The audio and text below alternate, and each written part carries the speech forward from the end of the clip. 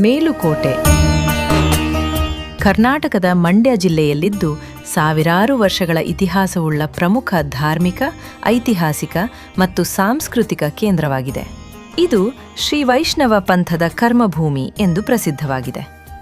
ಹೊಯ್ಸಳ ವಿಷ್ಣುವರ್ಧನನ ಕಾಲದಿಂದ ರಾಜಾಶ್ರಯ ಪಡೆದಿರುವ ಈ ಸ್ಥಳವು ಶ್ರೀರಾಮಾನುಜಾಚಾರ್ಯರು ನೆಲೆಸಿದ್ದ ಪವಿತ್ರ ತಾಣವಾಗಿದೆ.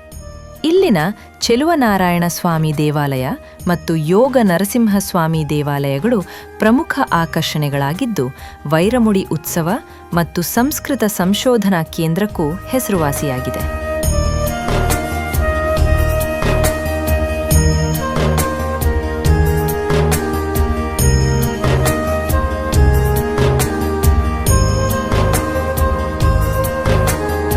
ಪ್ರಮುಖ ಆಕರ್ಷಣೆಗಳು ಕಲ್ಯಾಣಿಗಳು, ಅಕ್ಕತಂಗಿ ಕೊಳ, ಪಂಚಕಲ್ಯಾಣಿ, ಕಲ್ಯಾಣ ತೀರ್ಥಗಳಂತಹ ಪವಿತ್ರ ಕೊಳಗಳು ಇಲ್ಲಿವೆ.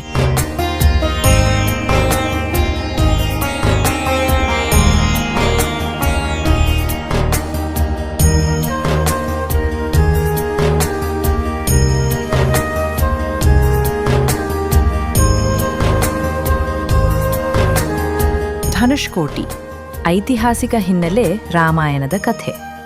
ವನವಾಸದ ಸಮಯದಲ್ಲಿ ಶ್ರೀರಾಮ, ಲಕ್ಷ್ಮಣ ಮತ್ತು ಸೀತಾದೇವಿಯು ಮೇಲುಕೋಟೆಗೆ ಬಂದಾಗ ಸೀತೆಗೆ ಬಾಯಾರಿಕೆಯಾದಾಗ ಶ್ರೀರಾಮನು ತನ್ನ ಬಿಲ್ಲನ್ನು ಬಂಡೆಗೆ ತಗುಲಿಸಿ ನೀರನ್ನು ಹೊರತಂದನು.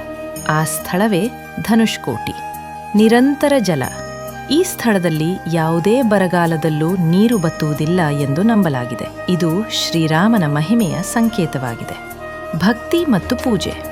ರಾಮ ಮಂದಿರ ಉದ್ಘಾಟನೆಯ ಸಂದರ್ಭದಲ್ಲಿ ರಾಮ ಬಂದ ಸ್ಥಳಕ್ಕೆ ಭೇಟಿ ನೀಡುವ ನಂಬಿಕೆಯಿಂದಾಗಿ ಭಕ್ತರು ಧನುಷ್ಕೋಟಿಗೆ ಹೆಚ್ಚಿನ ಸಂಖ್ಯೆಯಲ್ಲಿ ಭೇಟಿ ನೀಡುತ್ತಿದ್ದಾರೆ.